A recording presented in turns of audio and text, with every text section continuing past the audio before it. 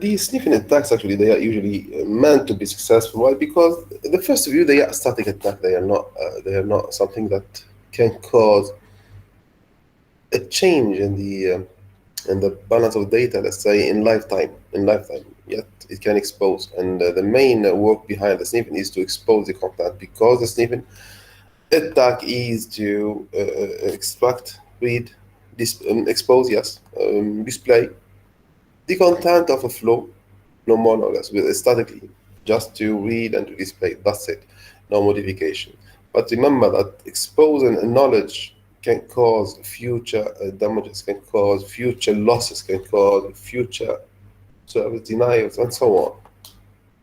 So the successful view of the sniffing, it comes because the first point is that it is a static attack and least exposure is a success. This is the first understanding why we can see that it is. But technically, this is not a success. This is not a reason. Sorry, this is not the answer to the why it is successful. The reason why, because a static attack might be done by only making a scan, an external scan to the available network. So we know the network devices, the network architecture is an exposure. Thus, using false sailing, using exposed wiring, using exposed RJ45 ports, all of those are success to the attackers. Thus, the sniffer will be successful if there is any exposed wiring available in any place inside the network. If we take the example of the University of Nizwa, there are lots of wires that they are exposed. There are so many unprotected RJ45 ports. There are so many false sailing guides. So all of them they can be utilized to do a sniffing attack. Actually, they are exposed those points here inside the University, not because the technical team is not able to protect it or does not know. No, but because of some reasons, they are using them for making maintenance. They are using them for making extensions. So there are so many reasons to let them be exposed. Remember that an exposed wiring is not because the technical guy or the technical team does not know. No, absolutely. Because in so many cases, there are reasons to leave portions of the wiring to be exposed for future work. Future means after one day, or for a necessity that comes in the very near future. That point, that time, that period is an opportunity to the attacker to do his attack or to succeed in doing his attack. Thus, it is easy to do a successful Stephen attack. It is easy to do a successful sniffing attack. Categories of this unit actually we started just one small recap on what we started yesterday. Yes, is that come to the point.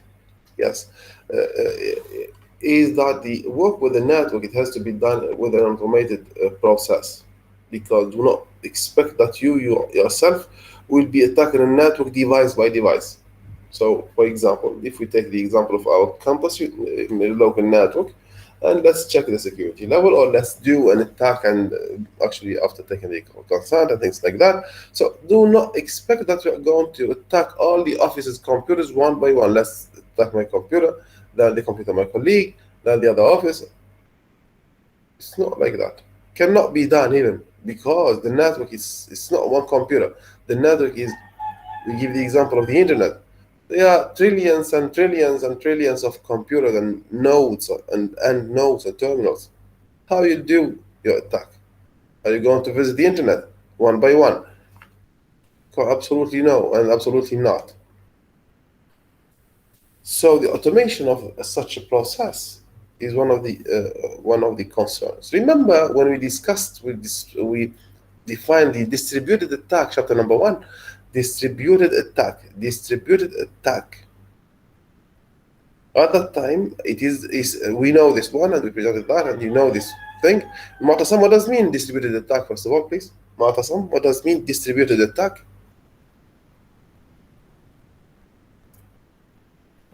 Can you remind me, please?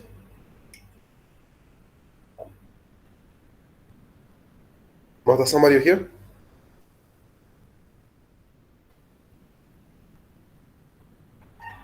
Yes, I'm here. What does it mean, distributed attack? What is the briefest definition we can give to the distributed attack? Any of you can define, please? Distributed attack.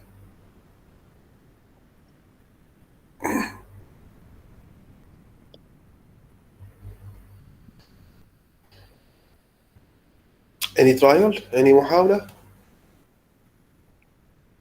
Actually, I didn't know it. No worries. Okay, just let me remind you. In all cases, whenever you talk about remote attack, which is the case here in this chapter, which is the network vulnerabilities and issues, remote attack. So we have an attacker and we have a victim. Let me take a graph. Let me show you an image and then come back to that slide. Yes, whatever. For example, this is the attacker. You see my mouse? You see what I'm pointing to? Yes, doctor. And let's say this is the victim. Okay, so we have a network that will go through the packets or the attack scenario will go through. So we have one device which is to be utilized for attacking, and we have one device which is to be tested for security level or to be attacked. Great. So either we are having a point-to-point, or this attacker will refer to the technique in which he will compromise a list of devices. Here in this graph we have 4, but in reality there will be thousands and thousands and maybe millions of devices that they are compromised by this attacker.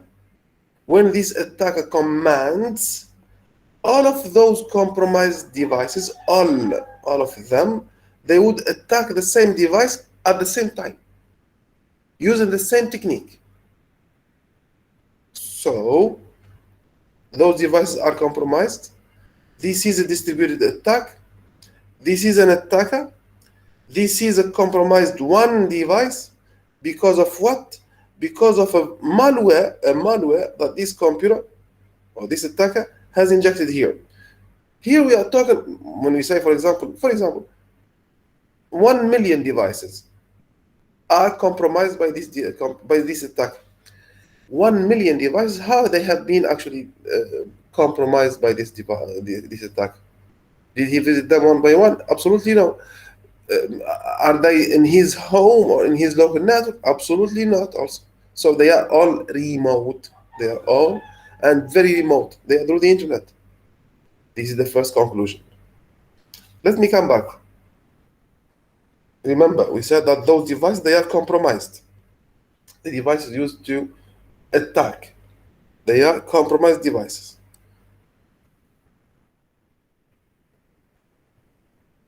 Yes. Any compromised device is a device that has a malware to let the attacker access or do its, or let's say, have a control on that device. Usually we talk about backdoors, because the computer which is compromised, it will not declare the owner of the computer or the administrator, hey, I am compromised. No, it will not tell. It is compromised, but it does not show any hint. Antiviruses and firewalls, they will not detect the malware which is used to compromise in that device. They are backdoors. Backdoor. Single backdoors in plural. We define the zeroth, chapter number 1. Chapter number 2, we define the zeroth when we talked about the Trojan horses. The 0-day attack or the zeroth. They are done, and we define at that time the backdoors. So here, the same, the backdoors, they are not a program, they are sort of a textual file that has some commands to act according of the will of the attacker. to just help the attacker access that compromised device. The new information here is that the backdoors, they are not only to be written by attackers, hackers. Not only they can do, but also they can be actually built into a hardware. Means you can buy a hardware, ship something like this that has actually something inside of it to be utilized to help attackers in future access those devices remotely. So we talk about the utility to compromise devices. There are so many cases in this regard. So I'll stop here, continue. Let's talk differently now. Let's present some of the breaches network. See daily. We talked about the DOS and the DDoS, and now let's just have a small technical description. First of all, a small reminder that DOS denial of service, literally said here, that will be actually a service denied from giving users the access. You try to open the www.favabay.com and you just keep loading.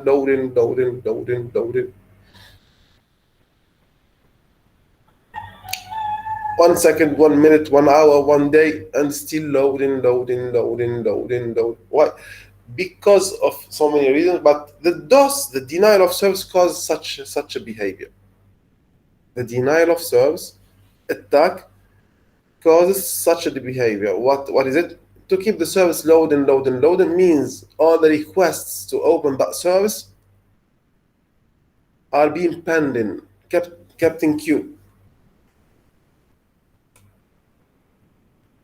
There will be nothing lost, nothing deleted, nothing omitted, nothing concealed, yet no response. No response. Just wait. This way, yes. What does it mean technically now? Actually, every single communication, I'll come back to this slide. Every single communication that happens, for example, here we have the user requesting a service. We said, let's open the favabay.com, the domain favabay.com.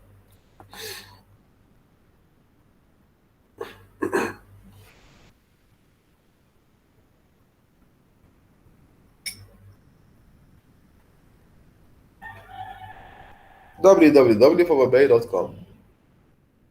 Okay, but still loading. What happens? Actually, there have been an attack which is doing the following. Every single communication over the network. I'll come back. Don't worry.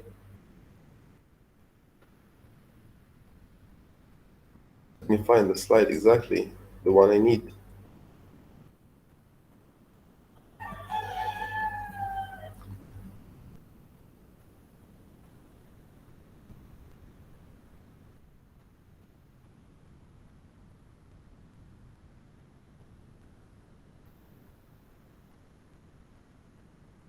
Regardless, actually, I was about to show you a graph. I'll show it to you in time. Regardless, every single communication that happens in the network, there have to be actually a request of, are you there? Hey, the receiver has to say, yes, I'm here. You can start. This is like that usually. Here when we talk about the DOS or the DDoS, any communication it has to start with the synchronization of communication. What is it? Actually, every single communication starts with a synchronization. Hey, device, are you there? The device, the receiver has to say, yes, I'm here, and so on. And then after the communication starts. So the attacker might use this point to let this victim keeps responding, I'm here. In the sense of actually, he will send a lot of, are you there? Synchronization. Are you there? Synchronization. Are you there? Synchronization. Millions and trillions of requests. And keeps repeating even, not only send them one time. So this device We'll keep replying. I'm here. I'm here. I will reply. I'm here. We start. I'm here. We can start. So here we talk about the SYN attack or SYN flooding, the synchronization flooding. So this device will be flooded. We defined last class what does it mean to flood. This device will be flooded with synchronization packets. So he will be receiving trillions and trillions and trillions of synchronization requests per second. Not in one day or in 1 week, per second. Huge and enormous number of synchronization requests just in one shot, all at the same time. He will get stuck. That's it. Distributed denial of service.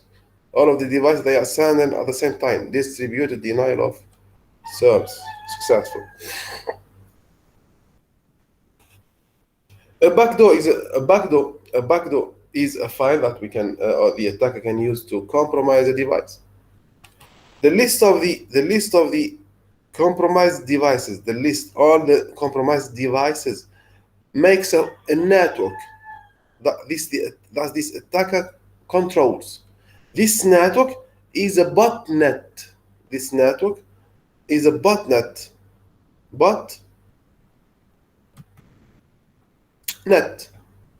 is a shortcut for robot, so robotnet. Botnet. The botnet is the network of the compromised devices. Every one compromised device is a zombie. A zombie is a device that has a backdoor inside of it. The backdoor is a scripting file that has the capability to let an attacker have a remote control on that device in question. Can you repeat what I just said? The definitions I'm giving you now? Can you repeat the definitions, please? Refer to the recording later on. Remember, the size of the DOS attack, the size of the DDoS attack cannot be limited to 1,000 or 1 million. No, cannot. So, as how the attacker is skilled, he will be able to generate a wider number of zombies, thus a bigger size of the botnet he has. So there is no limit.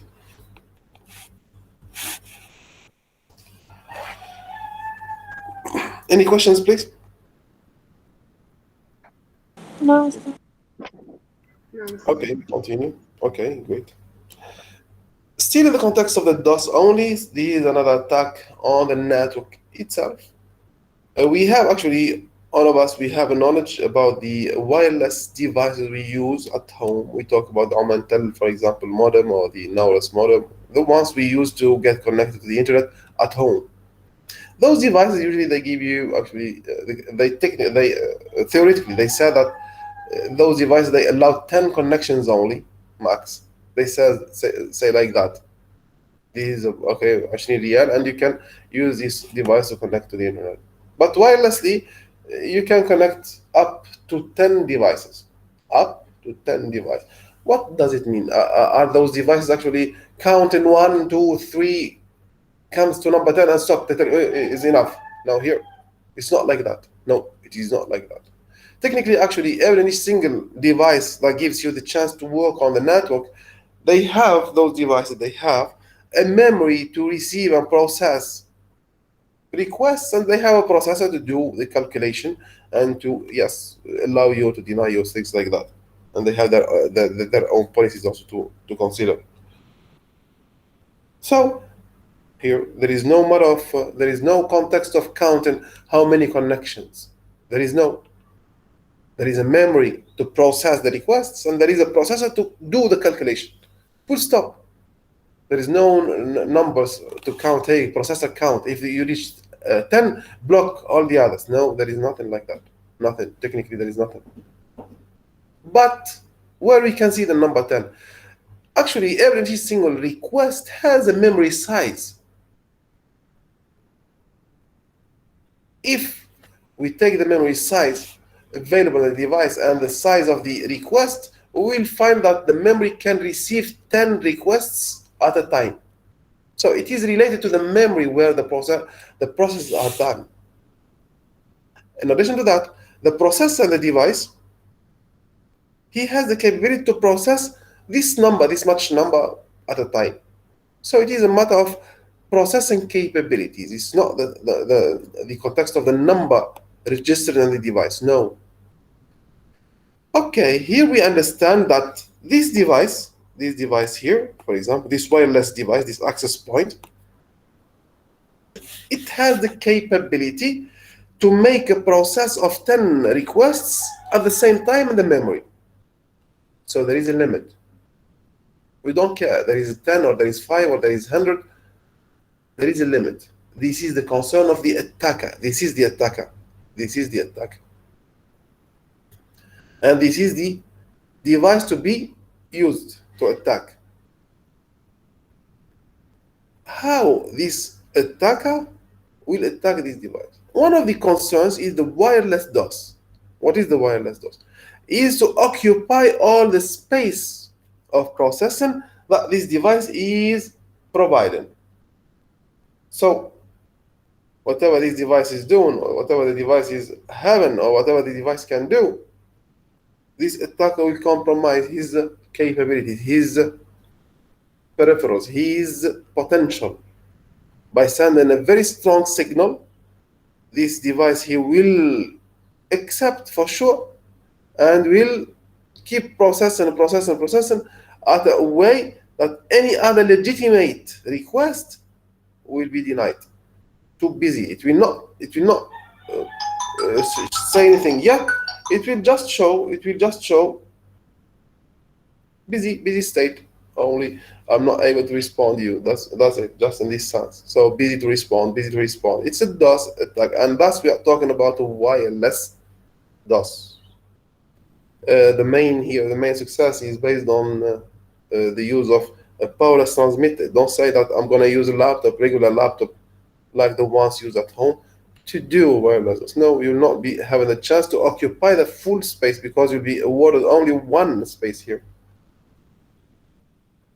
So this way, we talk about a wireless DOS. Any questions at this point? No, Richter. No, Mister.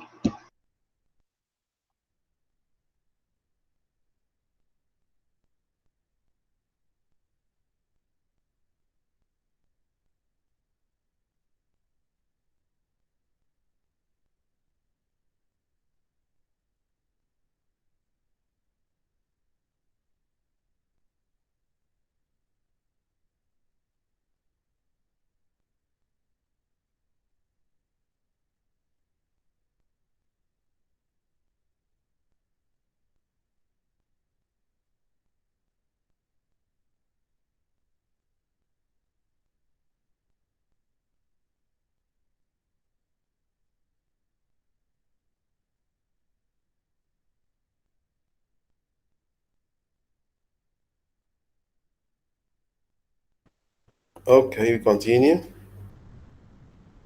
Sorry for the interruption. Okay, still in the context of the wireless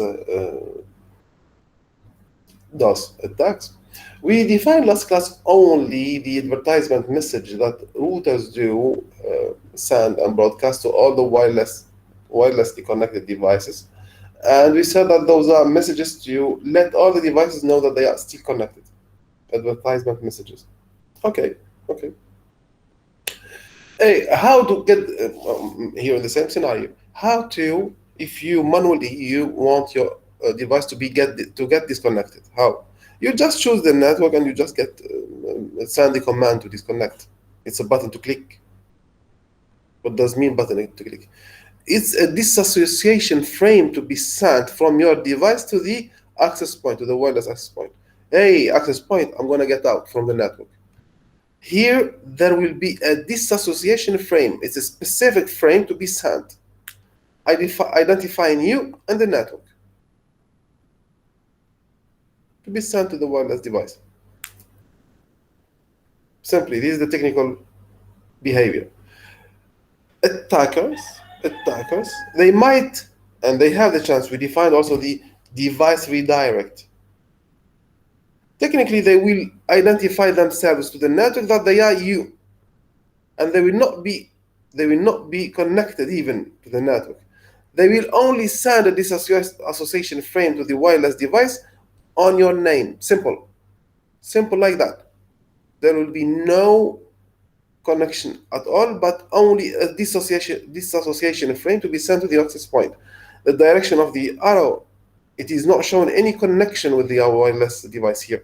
So the device will disconnect whom? The attacker. No, will disconnect your device, because your ID is already compromised. Your ID, your IP address, your MAC address, one of them is compromised by this attack. So that's it. It's enough. This device can send a disassociation frame to the access point on your name. So what will this access point do? Will disconnect you. Will send you out of the network.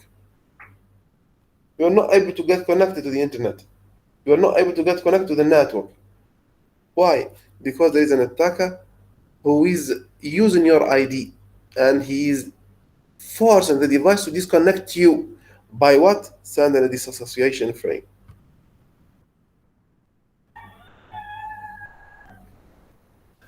Sniffing, we said that it is a static attack. Spoofing, it's an active attack.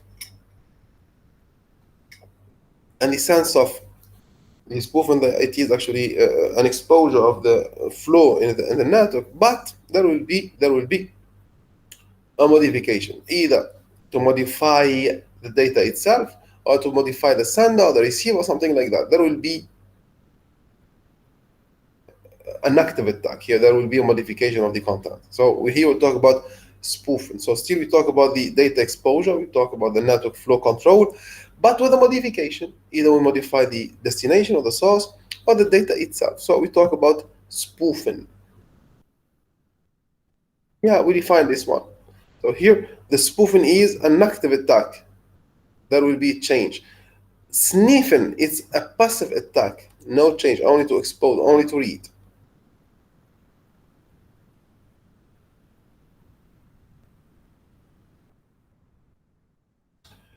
Same context here, sniffing and spoofing, DDoS attacks and things like that.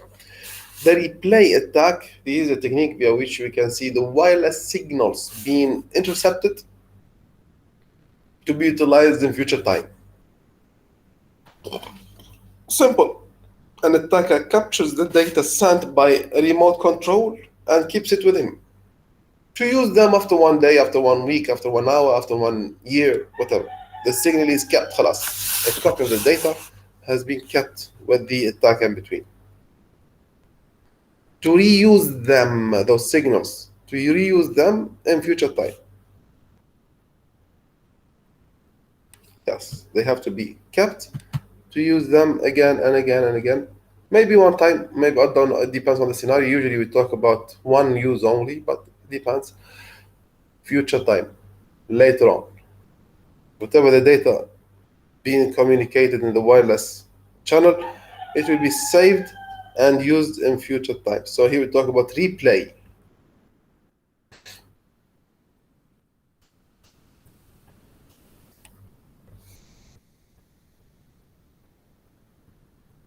Okay, the site jacking, it's a context via which we can see service providers access other service providers specificities. What does it mean? We define what is a cookie. We defined the cookie when we talked last unit, when we talked about the operating system hardening. The cookies, they are sort of fast sent along with the commercial web applications. They help actually to track users. What are they searching for? What are they using? What are they actually? What are their preferences and things like that? To help them later on find the easy for the purpose of making better services. Every single web commercial application has its own cookies. Full stop. Souq Oman has its own cookies. Faverbay.com have its own cookies. They work for themselves. They do not get a mixture and this one interferes in the other. No. the point here is that